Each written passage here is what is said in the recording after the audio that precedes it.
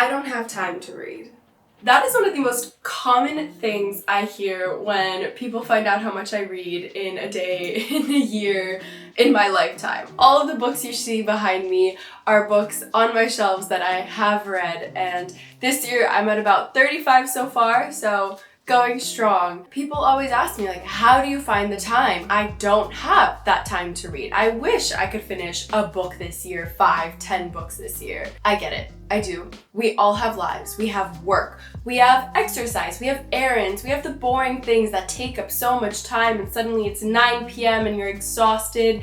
And what do you do instead of picking up a book? You pick this up. And I have found over the past year, 2, 3 years, since I've slowly weaned myself off of it, that time is everywhere when I'm intentional with how I spend it. So, hi, hello, welcome, or welcome back to Laura's Library. Today, I want to dive into something I have been seeing more and more online, which is fantastic because it does warrant a conversation. And I wanted to give my perspective on it because analog, which if you didn't know just means offline hobbies such as reading or crafting or anything that takes you away from mindless scrolling and keeps you intentional with what you're doing. That's essentially like an analog hobby. Those are making a comeback, which I'm absolutely loving because as a huge reader, one of my biggest passions in life is an analog hobby. However, I want to start this off by saying I don't think phones are the problem. I don't think this is really the devil. It provides a lot of value in my life. It holds a lot of memories. It helps me get places. It holds the music that I love to listen to. So there are definitely pros. And I love YouTube. I'm recording this right now and I can't wait to edit it and post it and engage with people in the comments and chat about this content. So an online community definitely has merit and can bring value. It's really just that situation where you get in bed after a long day and you are wired to think, I don't have time to pick up a book because I'm super tired and I need my little doom scrolling to get through and to just like wrap up my day and then go to bed. That is the trap you are falling into. The distinction we need to make is intentional screen time versus accidental screen time. And listen, I text my friends, I FaceTime people. I'm not sending little handwritten letters through the woods, although that would be really fun and sound really cool. I think there's a time and place for using technology, and I work in tech, so I'm definitely a big proponent of it. AI is a tool that can help us. That's a whole other discussion. But today I want to focus on how I got my life back, my time back, and how I completely exponentially increased the time I set aside to reading and so many more hobbies. I'm gonna give you some examples of some later in this video, but there's such a beautiful, abundant world out there of things you can be filling your time with apart from endlessly scrolling on TikTok. Now that we've made that distinction between accidental and intentional screen time, some examples are I have curated a YouTube video I would love to watch. I have subscribed to channels that bring me joy, and I know these content creators talk about things I like, or even if it's funny, silly videos, I know that they're not putting out something every single day. And so when that video does come out, I add it to my watch later, or I make a note to myself, next time I have a few free minutes, like a pocket of time, I will go watch that. That is completely different than opening something like an Instagram or a TikTok and it's automatic. You don't even realize why you're opening it. You just want that little dopamine hit, or it's your routine. I cannot tell you how many times I have seen people in public transit, walking around, or like if I'm waiting at physio, and I swear I see these people open an app, not do anything, maybe scroll once and clearly you're not actually engaging with the content, and then close it and open another app and then go back to that same app. It's like we're stuck in this loop of you need to always be on and scrolling. I have chosen to break that loop. I have not had TikTok for 2-ish, maybe 3 years now, and it was a big decision. I had an okay following. I was around 50,000 followers on TikTok, and I did post book content, so in my mind I was almost tricking myself into thinking it was okay and it wasn't as bad of a hobby as everyone else because I was better and I was creating the content and engaging with like a community. And listen, I did have people who I would regularly message about book things. They found my account and then we would bond over books and I would respond to comments recommending books. It was some source of community, but it was also so negative. Personally, I was self-aware enough to realize I compare myself in a negative way. And I was kind of obsessed with performance and numbers and what my TikTok performance is versus someone else in a similar space. Even someone not in a similar space, I was like, how can I learn from what's working for them and apply it to my account, but then is it inauthentic? And it just started a lot of self-doubt and honestly, unproductive time. That's the best way I can mention it. It was a hustle to stay on top of trends and try to have like the next big thing that would break. And at the end of the day, I can't even get monetized off of TikTok because I live in Canada and there's no creator fund. So after a few years of posting every single day, I quit TikTok. I deleted the app. I deleted my account. Sometimes I regret that, but like really there's no turning back. I have this booktube and that is why the sweetest thing just happened. Jasmine just brought me flowers and a raspberry tart from Quebec, which I'm so excited about, and these are gorgeous for my name day. And now I'm just so overwhelmed with happiness and cuteness, and I will continue this video. I just need a second to process. I love humans. This means so much to me. My parents asked her to grab flowers from them because they don't live here, and she got me this tart. Okay, I'll be back. I was in the middle of a sentence and very passionately talking about it. Let me try and regroup. To recap, I deleted TikTok and I had so much more time.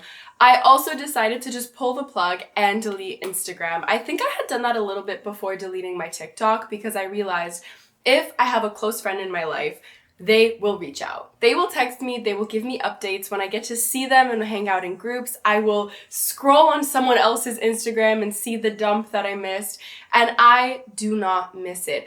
Truly, because I have filled my day every day, I don't know how I used to have the time. I do think about that, like, I don't have an hour to scroll mindlessly on Instagram. Yes, I can see if you have all your hometown and high school and other friends and life has moved on.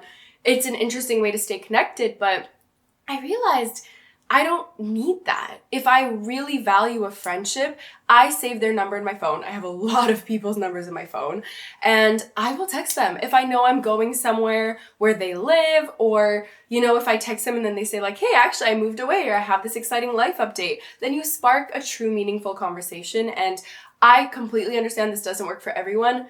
That works for me, and I have found the time I've saved and get to now spend on other things is just so precious. And so as of this moment in my life, I would never go back. I don't have Instagram or TikTok on my phone, and there were certainly growing pains. I'm not gonna lie and sit here and say it was one day the easiest thing to delete. I tried in waves, making my phone less appealing by deleting the apps, and then I would just have the browser version, or I'd put a really strict time limit. And I realized I'm an all or nothing person. I was not sticking to those restrictions, and so I decided to just delete the accounts, and that way I just have nothing to go back to. That really ladders into the point that it's not the screen time necessarily, it's how you use the technology. Now that I mention it, I do want to check what my screen time average is, because I remember once it was normally high because I realized I use Google Maps a lot, and sometimes I'll accidentally leave my phone open when it's on Spotify, or like YouTube obviously will add a lot. But my daily average is still 2 hours and 48 minutes. My most used app is Messages with 2 hours 14, YouTube with 1 hour 37, Google Maps with 1 hour 21, Teams, then Safari, then ChatGPT, then Uber Eats. I even have a limit on any work apps because I try my best not to use them on the weekend. And even during the week, I really value work-life balance as much as I can implement it in my life. And so I make an effort to use my computer, my work computer for work, and my phone as much as possible. Separate it, give myself that like pathway, my brain pathway. I watched a really interesting video on brain pathways and like getting into routine. And I've built the routine that my phone is for personal things and not for work. Otherwise, I think it would stress me out every time I pick it up. All that being said, it is important we make a distinction that not all technology is inherently bad. It's how we take the control and the power to use it. And that will come a bit later at the end of this video when I talk about the new analog trend going a bit capitalistic and forcing kind of consumerism even more in a new way with all these new analog products I've been seeing. They might work for some people, but you could probably just be analog if you're intentional about it without spending more money. A second important way I made more time for reading and my hobbies was rethinking how much time they require. I will never forget, my physio told me runners, specifically because I do also run, have this preconceived notion that a run less than 5K, once you've done like a marathon or something, is super short and almost a joke of a run, or it's just a recovery run. And I'll admit I felt that way. And she told me, if you only have 15 minutes, it's better to go run a 1-2 kilometer run than not at all. Your body needs that rhythm, that habit, and moving the ligaments in that way. And if anything, doing more often smaller runs throughout your week is better for you and your recovery and your performance over the long run.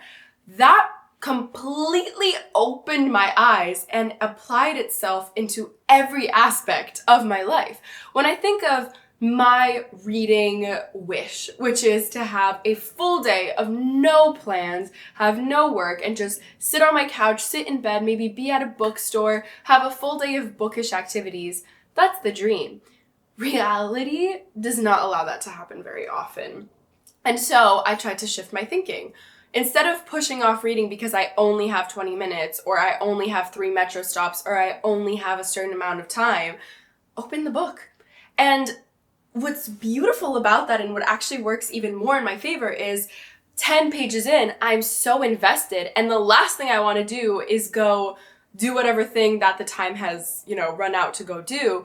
And so then I can't wait to pick it back up again. And it continues in that momentum. And then in every little block of time throughout my day, all I want to do is pick up my book. Or with any hobby. If I'm playing Switch and I'm really into a new game, then the same thing happens where I'll play until I have to go do some other responsibility or I have plans. And then the moment they're over, I can't wait to pick up my hobby back. I'm not sitting there bored and just mindlessly pick up my phone and scroll on socials.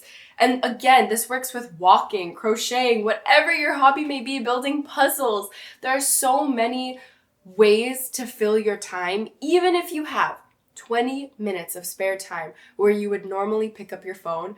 Challenge yourself to just pick up a hobby instead. It can be as easy as journaling, or even if you're still on your phone and it's the only thing you have, get the Kindle app, get the Audible app, get your notes app, which everyone has, and start journaling. I prefer to journal with a pen and paper, but if you are stuck with your phone and the first thing you want to do is get out of this habit of using it negatively, be more intentional. And then eventually maybe you can break into more analog off your phone. Big picture, I wasn't necessarily losing a full day to my phone, and I'm sure you think it's not that bad, but it's when we check our screen time and realize it's the losing 10 minutes at a time, waiting for a friend when you have plans, or waiting for public transit, waiting for a meeting to start. Use that time and gain it back in a healthier way. How I was able to make those first two things really come to life, the distinction between what's useful time of screens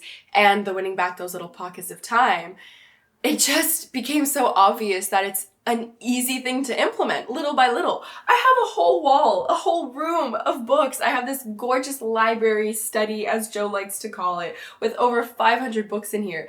And yet I could sometimes be sitting on this chair, phone in hand. I'm like surrounded by these books begging to be read because I do have an unread section. And I would still go for my phone. But then once I started doing the little actions, winning back my time, 10 pages with breakfast, 10 to 20 over lunch. I would go for a walk and pop in an audiobook instead of scrolling. Like, it's wild to see how many people scroll while they walk. Oh, it breaks my heart. I still do it sometimes to try and get tasks done, but still, like, walking should be more intentional than that, in my opinion. Anyway, it was funny because it was all around me this whole time, and all of those tiny moments of the day, I thought, oh, well, I'm not going to lug a book around for that. Hello, you can read on the Kindle app. You can get a Kindle. You can also just bring your book everywhere. Suddenly, it's end of lunch and I've read 80 pages that day and I never had to make time to read. I just read when I could. But let's say it's those moments where you don't have a book because they do happen and you're not getting the Kindle app and you're not going that route. I think it's wild that we've forgotten how to be bored. I mean, I'm grateful for the childhood I had, the fact that I did have those times where I would just invent things, look out the window and make stories in my head, and I could be essentially bored for hours at a time. Think of waiting in an elevator, you're on your phone. Waiting 3 minutes for someone, you grab your phone. All the in-between moments of life, we're not allowing our brain to just simmer, to just slow down and to invent something new. And as much as I preach hobbies and reading and finding things that fulfill you that aren't your phone, they'll never really be able to compete with this. This is designed to keep us hooked 24/7 our entire lives. And so sometimes you kind of just have to remove it as an option. That's been helpful, and that's why I think deleting social media helped me. And also trying to have little rules for myself. So for example, I don't use my phone in the bedroom. We never bring our phones in our bedroom unless we're doing like our Duolingo really late, but we've only ever done that once. And we try and keep it in the offices and in the living room. I've stopped putting TV on or a show on or YouTube on in the background of things unless I'm cleaning. I don't want to just have it always running. I used to work a lot with like YouTube or TV in the background, and I realized it would just make me work longer, have less time for reading and hobbies afterwards. And so if I want to watch something, I will, but in its intentional time and give it my full attention. But removing is pretty drastic, so I think replacement is probably the better way I would say it if you're trying to have a no scroll day. Like I saw No Scroll Sundays kind of making a little comeback or trend on YouTube at least, and I absolutely love that idea. You wake up, you don't pick up your phone, maybe you get an actual alarm clock, which we have a Hatch now and I love. It's a little counterintuitive because you do set the time you want to wake up on the phone, but you can also set like a schedule. Let's say you wake up, you can replace the time you would have spent doom scrolling in bed by having your book nearby or having your journal nearby and journal in bed when you wake up. Maybe then you get up and go for a little walk, talk to a friend, bring them along with you. Maybe you go for brunch and bring a board game. Maybe not a board game, but we're really into cards lately and like different card games. Unstable Unicorns is so fun. It is so fun. Shout out to Elsie. You and I used to play all the time in high school, and now nearly a decade later I'm playing all the time with Joe. Puzzles, I'm trying to make more of a comeback in our home. It's fun to listen to an audiobook while you puzzle or just have a conversation, like a cute little date night or hanging out with a friend. Baking and cooking, I adore. It takes so much time. Also, that's the one like downside I find of cooking or baking is I really don't like doing it often, but when I do, I go all in, I get lost in it, and I'll play some really good music in the background. And honestly, I'm making this whole video, but I've just realized I haven't made time lately to play the guitar or to play my piano because that takes all the energy, brain power, and like physical space when I'm doing it. And that is a hobby, two hobbies that I love so much, making music just for myself. By removing the phone, I get to replace it with everything I just listed and more. Switch, I didn't even mention that. There's just so many wonderful things you can do with your time. And especially as summer is sadly coming to a close now, I think it's the perfect moment for you to stop and reflect, and me to stop and reflect and think, how do I want to intentionally spend my time? Which more and more as it gets in the colder months, we'll have more time for ourselves, more time at home to really pursue those passions. Caveat, it could be building a puzzle while you watch a show or a movie. That's still more intentional. It's not that your free time has to always be productive, because that's also exhausting, and that's kind of a nice, I guess, relief that the phone could bring. It's like you know that that's your time to turn your brain off, but there are other ways to turn your brain off and do something mindless, like read a really trashy romance book, which I've been known to do. And building a puzzle is super easy and lovely, and going on a walk. Like, it doesn't have to be productive. You can also relax, just in a more intentional way that's not insanely overstimulating. But you might be inclined to pick up your phone. And if that happens, just make your phone really icky to get to. Yes, you can delete social media, but if that's just not realistic or attainable, that's completely fine. Turn off the notifications. And at first, you will be checking probably more often because you're like, oh, well, what if something happened and I didn't get the notification, so I want to check. But soon it'll go away, because the more you fill your time with other things, the less you'll constantly be thinking in the background, let me check. And if the notification doesn't appear, you wean off of it. You just get less and less used to picking up the phone and opening social media because the notification isn't popping up to remind you. Notifications has been a huge one for me. I turned essentially all my notifications off unless it's messages, but even there, I have no sound now, so I have to be on my phone to see when someone texts me. If they call me, of course I get it, but it's been little like intentional things. And like I said, not having our phones in the bedroom is really nice because then it's not just in reach right when you wake up or when you're trying to go to bed. You let your mind wander, or you can read. And as you're especially first starting maybe all of these hobbies, and even me who's been reading for many years, I really try not to have my phone near me as I'm reading, because it's just knowing that it's there, even when I'm working. Truly just knowing my phone is near me, I sometimes look at it and pick it up just to see if I have a notification I missed. But if it was not in my vicinity, I wouldn't do that. And I don't do that when I don't have it next to me. It's like this reminder of stress and everything else I could be doing. And so just give yourself space. And no, I don't think you need to buy a brick box or whatever those things are that lock up your phone. I don't think you need to go buy a film camera. That is very expensive. I don't think you need to go buy an analog hobby bag. All of those things are cute, but you probably have a book in your house. You probably have pen and paper. You could go to Dollarama or the dollar store and get some little supplies.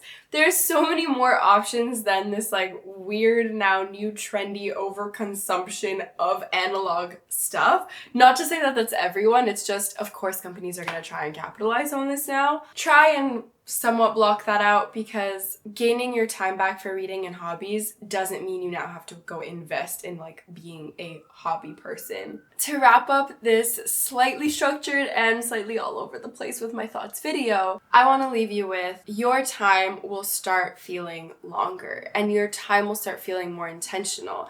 I realized in the hour and a half to 2 hours that I would sit scrolling on Instagram, maybe I wouldn't do a million things. I'd go for a walk, maybe make dinner and read a few pages, but it felt like that night is so much longer and it felt like I do so much more in that day. And the reason why is because you actually remember what you're doing. Doing something tangibly with your hands and focusing only on that act, having pages from a book that you can laugh at or react to or reflect on, it stays with you beyond the 2 hours it took to do that activity. Versus I find when I would be scrolling, and even now when I'm just mindless and like scrolling on LinkedIn or something, it's wild. I still find ways to scroll. I'm in no way perfect or immune to this dopamine crazy emotionally happiness sucker.